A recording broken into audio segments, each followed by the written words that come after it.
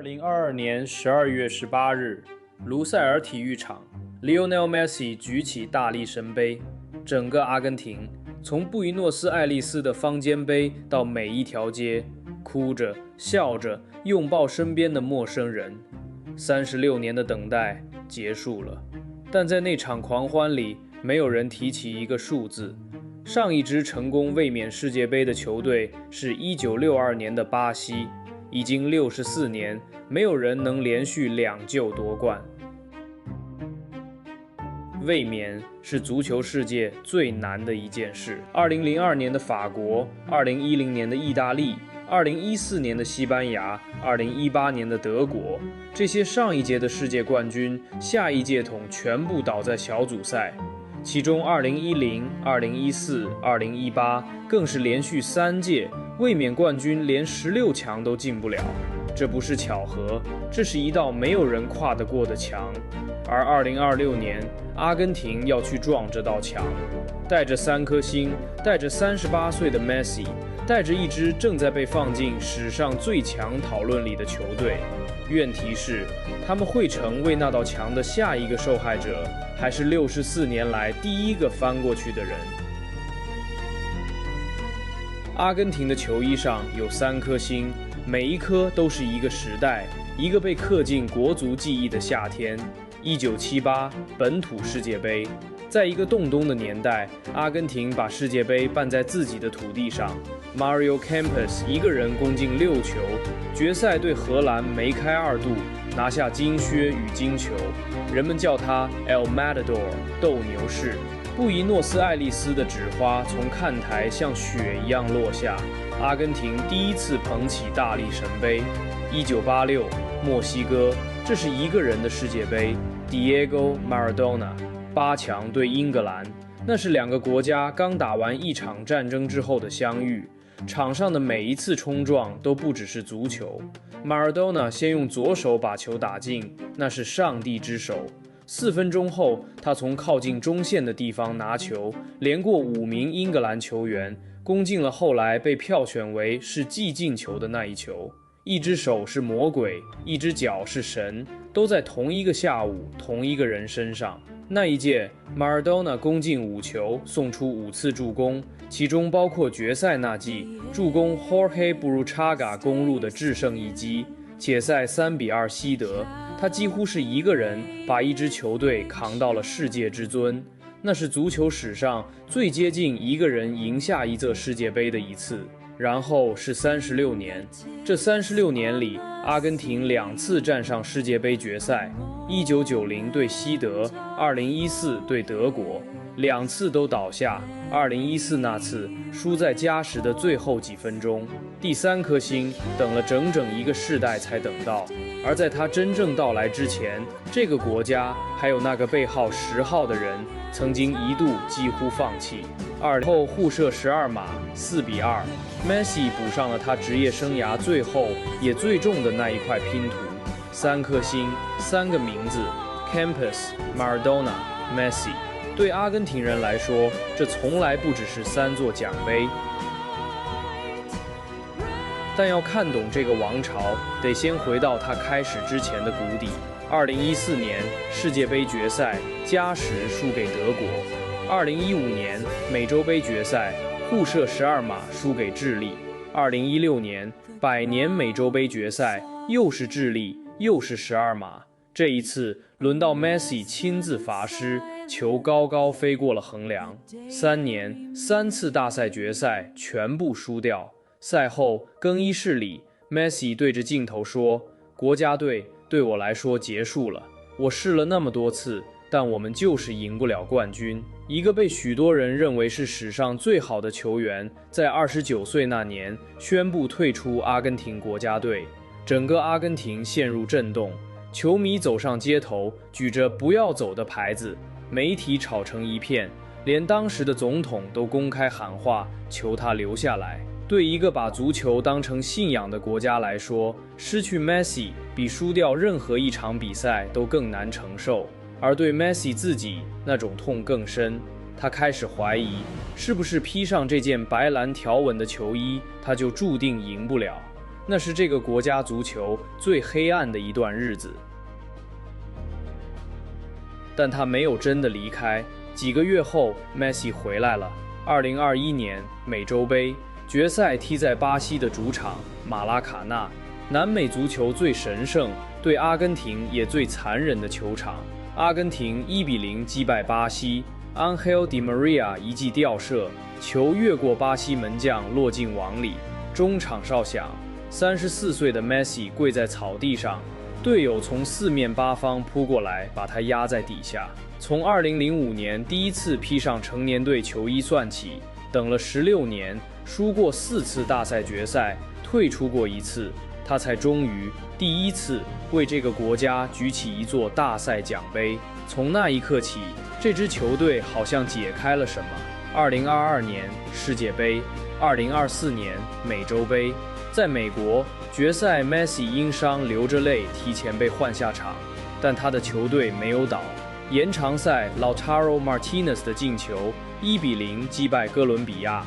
背靠背的美洲杯，南美史上最多的第16座。3年3座大赛冠军，美洲杯、世界杯、美洲杯。从那个说结束了的夜晚到这里，只隔了5年。把这种洲际冠军、世界杯、洲际冠军定的3连冠完成的国家队，在阿根廷之前，整部足球史上只有1支。2008年欧国杯，2010年世界杯，2012年欧国杯，西班牙。欧国杯到世界杯到欧国杯，史上第1支完成这种3连冠的国家队。那支西班牙有 Xavi、Iniesta、Casillas、Xabi Alonso， 一整代从拉玛西亚和西甲走出来的天才。他们把一种踢法推到了极致，叫 Tiki Taka， 无止境的短串、控球、跑位，球在他们脚下像被磁铁粘住，对手只能追着影子跑，把体力和耐心一起耗到崩溃。那是一种全新的用控球本身来赢球的足球。2010年世界杯决赛，正是 Andres Iniesta 在加时的进球1-0击败荷兰，让西班牙第一次捧起大力神杯。那支西班牙被许多人放进史上最伟大的球队那场讨论里。那几年他们的胜率高达 85%， 比1958到1970之间拿过3次世界杯的那支巴西还要高。阿根廷的3连冠结构和西班牙几乎一模一样，所以人们开始问同一个问题：这支阿根廷是不是也该被放进那场史上最强的对话里？不过这2支球队像的是成就，不是长相。西班牙的强是一种体系的强，把控球和传导推到极致，几乎不依赖任何单一个人。阿根廷的强是另一种，一个把整支球队凝聚起来的核心，一群愿意为他拼到最后1秒的人，再加上 Emi Martinez 在12码大战里那种大场面从不手软的稳定，一个用控球淹没对手，一个用远性和那个10号撑到中场。所以当人们把这支阿根廷放进史上最强的对话，真正在问的其实不只是他们有多强，而是强有没有不止一种样子。但西班牙的故事有一个没有人想复制的结尾。2014年巴西世界杯，卫冕冠军西班牙的第1场对手是荷兰，4年前世界杯决赛的对手，1-5。下半场西班牙在45分钟里丢了4球，那是一场血洗，也是一场复仇。第2场对智利0-2，2场比赛西班牙被攻进7球，小组赛就被淘汰。那支被许多人认为是史上最伟大之一的球队，在卫冕的时候崩塌的最彻底也最难看。一个时代在3场比赛里结束了。为什么卫冕这么难？卫冕冠军要对抗的从来不只是球场上那11个人，是4年累积下来的疲惫，是逐渐老化的核心，是被全世界录影分析研究到透的踢法，还有每一支对手想扳倒王者的渴望。当你站上顶点，所有人看你的眼神都变了，你不再是那个挑战者，你成了所有人都想击败的那个目标。2002年的法国带着 Zinedine Zidane、Thierry Henry 卫冕之旅打完3场小组赛，1球未进，淡底出局。2010年的意大利3场小组赛1场没赢，最后一场2比3输给斯洛伐克，同样淡底回家。那一届前2的赛斯的决赛对手意大利和法国双双倒在小组赛。2018年的德国，4年前的世界冠军先输墨西哥，再输韩国，又一次小组出局。2002法国，2010意大利，2014西班牙，2018德国。过去这20多年，4支卫冕冠军倒在小组赛，其中还包括连续3次。世界冠军变成了世界杯上最危险的头权。阿根廷很清楚这道宿咒，问题是他们有没有什么是前面那些失败者没有的？这支阿根廷有几件事不太一样，教练 Lionel Scaloni 选择了延续。他自己的故事就很特别。2018年世界杯惨败后，他从一个美美无闻的助理教练临时接手，被很多人质疑资历不够。没有人料到，这个年轻教练后来会带着阿根廷连续拿下美洲杯、世界杯，再一座美洲杯。2026的26人名单里有17个人来自2022的夺冠班底，门将还是 Emiliano Martinez。2022决赛的第126分钟，比分3比3，法国的 Randall Kolo Muani 单刀杀入，那一球几乎已经是冠军。Amy 伸出一条腿，硬生生把他挡了出去，然后在互射12码，他又一次成为英雄。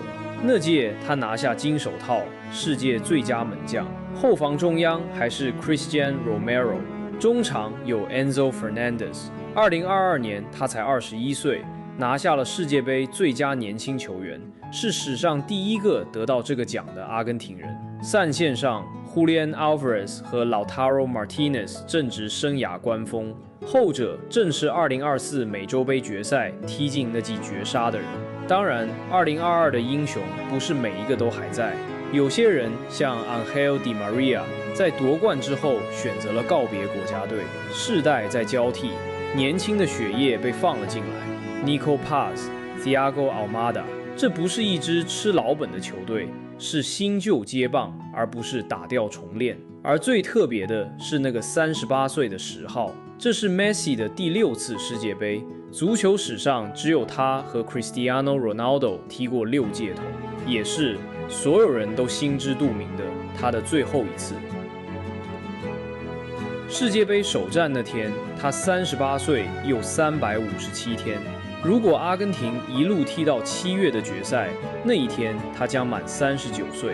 足球史上从来没有一个前锋、一个创造型中场、一个卫冕球队的队长，在39岁举起过大力神杯。离开欧洲去了美国的 Inter Miami 之后， Messi 反而踢得更轻松。2025那个球季，他44场进了39球，但他自己很清楚风险，也说过，如果状态不够，他不想成为球队的负担。对2022那批球员来说，这一桥的意义很单纯，不是为了证明自己能赢，他们已经赢过了，是为了陪那个人再走最后一次。2026年6月16日，阿根廷的第一场对阿尔及利亚，小组赛这一关，他们是压倒性的大热门。同组的阿尔及利亚、约旦、奥地利没有一支被看好能挡下他们。运彩公司开出的盘口，阿根廷拿下小组第一的几率高达75%，但卫冕从来不是输在小组赛的实力，而是输在小组赛的心态。2014年的西班牙，2018年的德国，赛前哪一支不是大热门？真正的考验在淘汰赛，当对手越来越强，当体力见底，当那个快39岁的核心需要被保护的时候，阿根廷赌的是一支几乎原封不动的冠军班底，加上一个还站在追峰边缘的 Messi， 能不能在被全世界当成头号目标研究到透的情况下守住那座杯？而且这一次和2022不一样，2022年的 Messi 是去追一个他一辈子没得到的东西，那是渴望。2026年的 Messi 已经什么都有了，他不再是去追，而是去守。一个没有遗憾的人，还能不能逼出和当年一样的饥饿感？这是连他自己可能都还不知道答案的问题。他们追的不只是球衣上的第4颗星，是要做到连那支被称为史上最伟大之一的西班牙都没能做到的事。卫冕是要打破64年来没有人跨过的那道墙，是要让 Messi 的最后一届有一个配得上他的结局。王者已经站上王座，问题只剩一个，这一次他们守得住吗？我是 Pitch 球场，有好的故事就会更新，在留言区告诉我你最想听哪个球员或球队的故事，好的主题我不会错过。如果你对这种足球故事有兴趣，欢迎订阅与追踪，我们下集见。